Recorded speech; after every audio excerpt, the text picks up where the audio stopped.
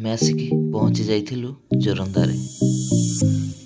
ହଠାତ୍ ଲୋକଙ୍କୁ ଦେଖି ଆମେ ବି ଆଶ୍ଚର୍ଯ୍ୟ ହୋଇଯାଇଥିଲୁ। କ'ଣ ଏମିତି ଏକ ବଡ଼ ଯାତ୍ରା ଅଛି ଜୋରନ୍ଦାରେ, ଯେଉଁଠି ହଜାର ହଜାର ଲୋକଙ୍କର ସମାଗମ ହୋଇଥାଏ? କିଛି ସମୟ ପାଇଁ ଆମେ ବି ନୀରବ ରହିଗଲୁ ଦେଖିକି ଏ ଭିଡ଼କୁ। ତାପରେ ମନରେ ଭାବିଲୁ, ହଁ ନିହାତି ଭାବରେ ଇଏ ବିଶ୍ୱ ପ୍ରସିଦ୍ଧ ଜୋରନ୍ଦା ମାଘ ମେଳା, ନିହାତି ଭାବରେ ଲୋକ ତ ହେବେ। ତ ଆମେ ବି ଭିଡ଼ ଭିତରେ ଆଗକୁ ମାଡ଼ି ଚାଲିଥିଲୁ। ବାସ୍ କିଛି ସମୟ ଚାଲିବା ପରେ ଆମେ ବି ନିଜକୁ ଅନୁଭବ କରିଥିଲୁ କି ନା ସତରେ ବହୁତ ଭିଡ଼ ହେଇଛି ଏଠି। ଲାଗୁଛି ଯେମିତି ବାଲିଯାତ୍ରାଙ୍କ ଭିଡ଼ ଭଳି। ଚାରିଆଡ଼େ ବେଲୁନ ମାଳ, ଅନେକ ଲୋକ। ଆମେ ଯେଉଁ ପଟକୁ ବି ଅନଉଥିଲେ ସେପଟକୁ ଲୋକ ହିଁ ଲୋକ ଖାଲି ଦେଖାଯାଉଥିଲେ। ସେଇ ଭିଡ଼ ଦେଇକି ଆମେ ଆଗକୁ ବଢ଼ିବାକୁ ଲାଗିଲୁ। ଜୋରନ୍ଦାର ମେନ୍ ଗେଟ୍ ପାଖକୁ ଆମେ ଚାଲିଲୁ, ଯେଉଁଠି ମହିମା ଗାଦିଙ୍କର ମନ୍ଦିର ଅଛି। ବହୁତ ସୁନ୍ଦର ମନ୍ଦିରଟି, ଦୂରରୁ ଦେଖିଲେ ଲାଗୁଛି ଅତି ସୁନ୍ଦର। ଲୋକ ବି ତାର ଭରପୁର ମଜା ନେଉଛନ୍ତି।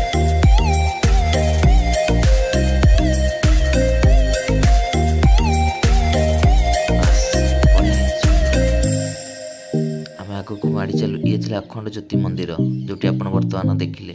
ତାପରେ ଆମେ ଭିତରକୁ ପ୍ରବେଶ କଲୁ। ଇଏ ହେଉଛି ତାର ମୁଖ୍ୟ ଦ୍ୱାର।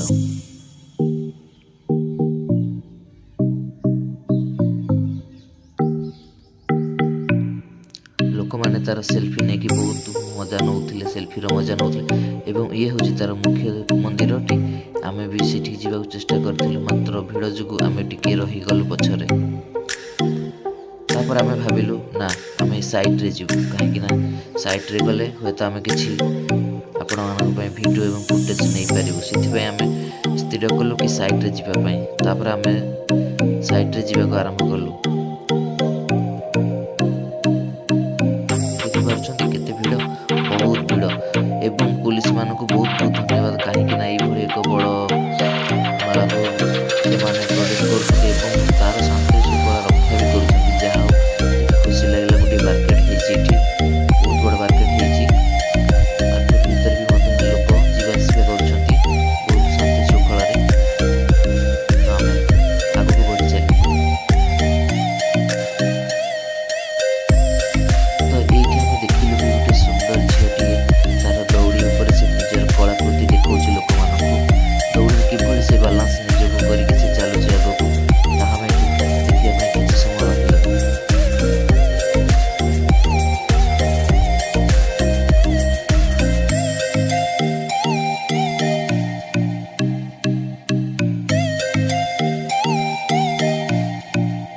ସତରେ କେତେ ମଜାଦାର ଭିଡ଼ିଓଟି, ବହୁତ ସୁନ୍ଦର ଲାଗୁଛି। ସେ ନିଜକୁ ତାର ବାଲାନ୍ସ କରିକି ଦେଖନ୍ତୁ କେମିତି ସେ ନାଚୁଛି, କେମିତି ସେ ପିଲାଟି ପଳଉଛି। ବହୁତ ବଢ଼ିଆ ଲାଗୁଛି। ଲୋକମାନେ ବି ଦେଖିକି ତାର ଆନନ୍ଦ ନେଉଛନ୍ତି।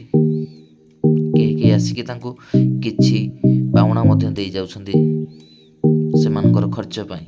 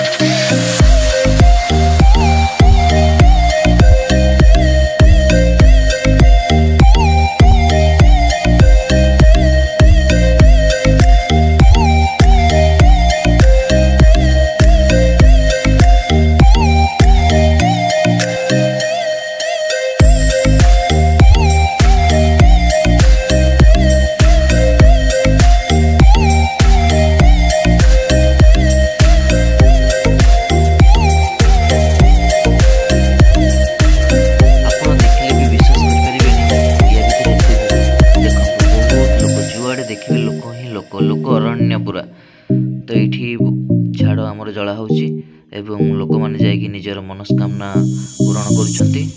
ଦେଖନ୍ତୁ ବହୁତ ଭିଡ଼, ଯେଉଁ ପଟକୁ ଦେଖିବା ଆପଣ ଖାଲି ଲୋକ ହିଁ ଲୋକ ପାଇବେ। ଭିଡ଼ ଭିତରେ ବହୁତ ଭିଡ଼ ୟାକୁ କହିବାକୁ ଗଲେ, କାହିଁକିନା ଯେଉଁ ପଟକୁ ଆପଣ ଅନଉଛନ୍ତି ସେପଟେ ହିଁ ଭିଡ଼। ଦେଖନ୍ତୁ ଏଠି ଗୋଟିଏ ଦୀପ ଜଳୁଛି, ଖଣ୍ଡ ଦୀପ। ଏଠି ଦେଖନ୍ତୁ ଇଏ ହେଉଛି ମହିମା ଗାଦିର ବିଶ୍ୱସ୍ତ। ଏଇଠାରେ ଲୋକ ନିଜର ମନସ୍କାମନା ପୂରଣ କରିବା ପାଇଁ ନଡ଼ିଆ ଏବଂ ଘିଅକୁ ନେଇକି ଏଠି ପଡ଼ିଥାନ୍ତି ଏବଂ ମାନସିକ ପୂରଣ କରିଥାନ୍ତି। ଯେଉଁମାନେ ଗୋକୁଳ ମାନେ ରହିଥାନ୍ତି କିମ୍ବା ଯେକୌଣସି ବି ନିଜର ମନସ୍କାମନା ନେଇକି ଆସିଥାନ୍ତି ବାବାଙ୍କ ପାଖକୁ, ସେମାନେ ତାଙ୍କର ଏଠି ସମାପନ କରିଥାନ୍ତି। ଯେହେତୁ ଆଜି ହେଉଛି ଅଗ୍ନି ଉତ୍ସବ, ବାଘମେଳାର ଅଗ୍ନି ପୂର୍ଣ୍ଣିମା, ତ ଆଜି ଟିକେ ଗହଳି ଫାଙ୍କା ଫାଙ୍କା ଲାଗୁଛି, କାହିଁକିନା ଆଜି ସବୁଠାରୁ ମଙ୍ଗଳ ପରିବେଶ ପର୍ବର ଯେହେତୁ ରହୁଛି। ଦେଖନ୍ତୁ ବାବା କୋଭଳି ଭାବରେ ଘିଅ ଢାଳୁଛନ୍ତି ଉପରେ ଠିଆ ହେଇକି।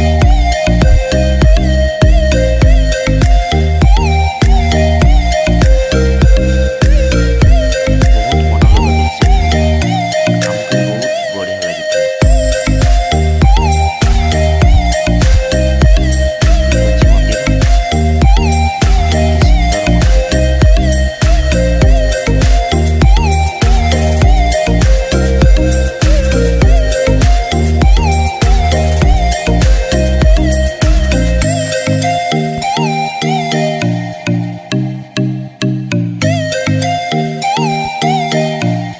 ଇଏ ହେଉଛି ଜୋରନ୍ଦା ମନ୍ଦିରର ଖାସିୟତ, କାହିଁକିନା ସେଇଠି ଯେତେ ବି ଭଗବାନଙ୍କର ସୁନା ରୂପା ଅଳଙ୍କାର ଯେତେ ସବୁ ସବୁ ଏଇଠି ଆପଣ ଦେଖିପାରିବେ। ତାଙ୍କର ଚାମ୍ବର ବି ଦେଖିପାରିବେ କୋଉଭଳି ଭାବରେ। ଏଠି ଦେଖନ୍ତୁ କୋଉଭଳି ଭାବରେ କାରିଗରୀ ହେଇଛି, ବହୁତ ସୁନ୍ଦର କାରିଗରୀ, ବହୁତ ସୁନ୍ଦର ଲାଗୁଛି।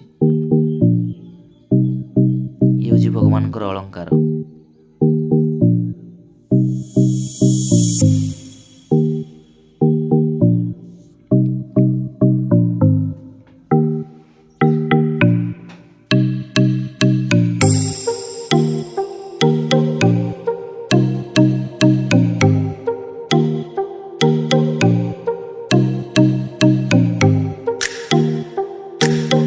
ଦେଖନ୍ତୁ କୋଉଭଳି ଭାବରେ ସେଠି ବହୁତ ଲୋକ ଜମା ହେଇଛନ୍ତି ଏବଂ ଘିଅ ଢାଳିକି ନିଆଁରେ ନିଜର ନଡ଼ିଆକୁ ପୋଡ଼ୁଛନ୍ତି। ଦେଖନ୍ତୁ ବହୁତ, କାହିଁକିନା ଏତେ ଭିଡ଼ ଥିଲା ଯେ ସେ ପାଖକୁ ଯିବା ପାଇଁ ବି ସମ୍ଭବ ହୋଇପାରୁନଥିଲା। ସେଥିପାଇଁ ମୁଁ ଦୂରରେ ଠିଆ ହେଇକି ତାର ଫଟୋ ଉଠାଉଥିଲି। ନିହାତି ଭାବରେ ଆପଣମାନଙ୍କୁ କହିବି ଯେ ଆସନ୍ତୁ ଜୋରନ୍ଦାକୁ ଏବଂ ଦେଖିକି ଯାଆନ୍ତୁ। ବହୁତ ବଢ଼ିଆ ଯାତ୍ରାଟିଏ ହେଉଛି ଏଠି, ବହୁତ ବଡ଼ ମେଳାଟିଏ ଲାଗୁଛି, ଆଉ ଆପଣଙ୍କୁ ବହୁତ ବହୁତ ବଢ଼ିଆ ଲାଗିବ। ମୁଁ କସମ ଦେଇକି କହୁଛି, କାହିଁକିନା ବହୁତ ବଢ଼ିଆ ଲୋକେସନ୍ ଅଛି ଏବଂ ବହୁତ ବଢ଼ିଆ ଜାଗାରେ ବୁଲିବା ପାଇଁ ଆପଣ ପାରିବେ। ଏଠି ଲୋକଙ୍କ କ'ଣ କଥା କ'ଣ କହିବି, ଲୋକ ତ ବହୁତ ଭିଡ଼ ଅଛନ୍ତି, ବହୁତ ବହୁତ ଭିଡ଼। ଆମେ ବି ଆସିଥିଲୁ, ବହୁତ ଘଣ୍ଟାଟେ ବିଳମ୍ବରେ ଆସିଲୁ, କାହିଁକିନା ବହୁତ ଟ୍ରାଫିକ୍ ରହୁଥିଲା। ଯେହେତୁ ସବୁ ଲୋକ ଆଖପାଖରୁ ଆସିଥିଲେ, ତ ସେଥିପାଇଁ ବହୁତ ଗହଳି ଥିଲା। ତ ଟିକେ ବାଇକ୍ରେ ଆସିଲା ବେଳକୁ ଅସୁବିଧା ହେଲା, କାହିଁକିନା ପାର୍କିଂର ବ୍ୟବସ୍ଥା ଥିଲା କିନ୍ତୁ ବହୁତ ଜାମ୍ ଥିଲୁ। ଆମେ ବି ଟ୍ରାଫିକ୍ରେ ଫସି ରହିଥିଲୁ, ଅଧଘଣ୍ଟାରୁ ଉର୍ଦ୍ଧ୍ୱ ଟାଇମ୍ ହେବ। ସେଥିପାଇଁ ଆମର ଟିକେ ଲେଟ୍ ହେଇଗଲା, କାହିଁକିନା ଆମେ ଚାହୁଁଥିଲୁ ଦିନରେ କିଛି ଫୁଟେଜ୍ ନେବା ପାଇଁ, ତ ସେଥିପାଇଁ ଆମେ ନେଇପାରିଲୁ ନାହିଁ। ତ ସେଥିପାଇଁ ଆମେ ଟିକେ ଦୁଃଖିତ।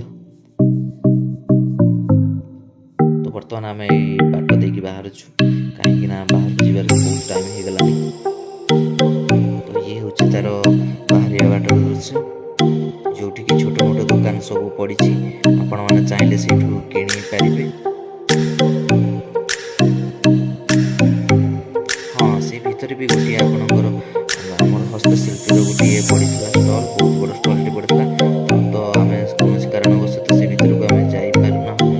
ଯଦି ଆପଣ ଯାଉଛନ୍ତି ତ ନିହାତି ଭାବରେ ତାକୁ ଭିଜିଟ୍ କରିବେ ଏବଂ ଦେଖିବେ, କାହିଁକିନା ସେଠି ବି ବହୁତ ବଢ଼ିଆ ବଢ଼ିଆ ଜିନିଷ ଆପଣଙ୍କୁ ମିଳିଯିବ। ଯେମିତିକି ଘରୋଇ ଜିନିଷ ଉପରେ ସବୁ ଖାଦ୍ୟଠୁ ଆରମ୍ଭ କରି, ତା ସହିତ ଭିତରେ ବି ବହୁତ ସାଜଗୋଷ୍ଠୀ ଆସୁଛନ୍ତି, ସେମାନଙ୍କର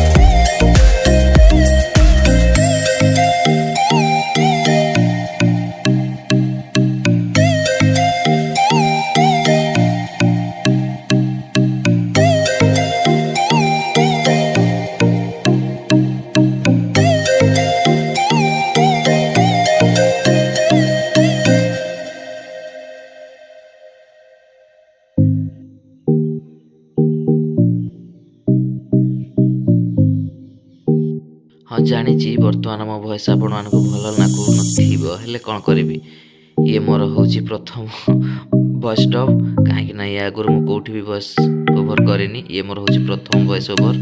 ଯଦି ଆପଣମାନଙ୍କୁ ଭଲ ଲାଗୁଛି ତ ଗୋଟେ ଲାଇକ୍ କରନ୍ତୁ ଏବଂ କମେଣ୍ଟ ଦିଅନ୍ତୁ ଆପଣଙ୍କୁ କେମିତି ଲାଗୁଛି ମୋ ଭିଡ଼ିଓ ଏବଂ ମୋ ଭଏସ୍। ତ ମୁଁ ଚେଷ୍ଟା କରିବି ଏମିତି ଭିଡ଼ିଓ ଆଣିବା ପାଇଁ, କାହିଁକିନା ଆପଣମାନଙ୍କର କମେଣ୍ଟ ମୋଟିଭେଟ୍ ମୋତେ କରିବ ଆଗକୁ ବଢ଼ିବା ପାଇଁ। ତ ସେଥିପାଇଁ ମୁଁ ଚାହୁଁଛି କି ଆପଣମାନଙ୍କ ମତାମତ ଦିଅନ୍ତୁ କେମିତି ଲାଗୁଛି ମୋ ଭଏସ୍ ଏ ଫାର୍ଷ୍ଟ ବ୍ଲଗ୍ସରେ।